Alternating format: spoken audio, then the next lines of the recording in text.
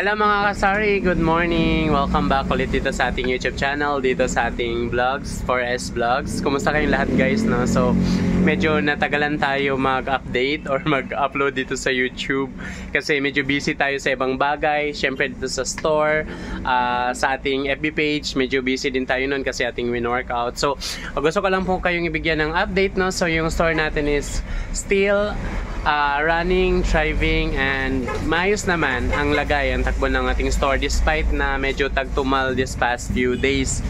Kasi alam naman natin lahat na nagkabagyo. Chester na ito. Nagkabagyo, then medyo matumal talaga for the whole week, pero okay lang yun kasi safe naman tayo, hindi tayo binaha or hindi tayo masasabi natin na safe yung family natin at the same time yung store natin. So, 108, sukliin madam for dito.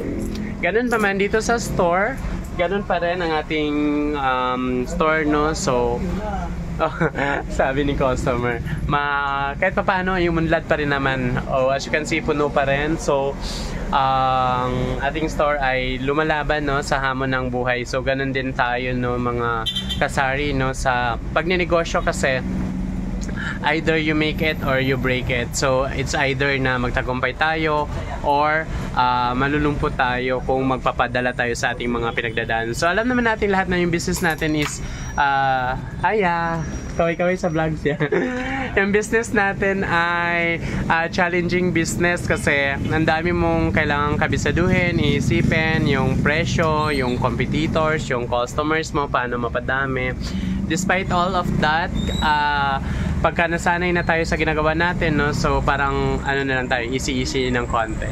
So yun lang mga reminders to keep going. So reminders lang to keep pushing your dreams kasi yun naman tayo, yung pagninegosyo natin is kung sino yung nagwawagi is yung nagpatuloy. Okay? So pag huminto tayo either way sa gitna or sa umpisa pa lang, so hindi tayo magtatagumpay. Pero pagka huminto tayo sa dulo or hindi tayo huminto, alam naman nating lahat na magiging successful tayo once in the future. So yun lang, lalago yung mga store natin, no? So testimony nito yung store namin kasi alam niyo naman kung sa mga bago pa or sa mga luma kong viewers 4 years ago na napakaliit lang ng store namin, no? So napaka-konting laman, napakaliit. So nakatatlong extend na kami.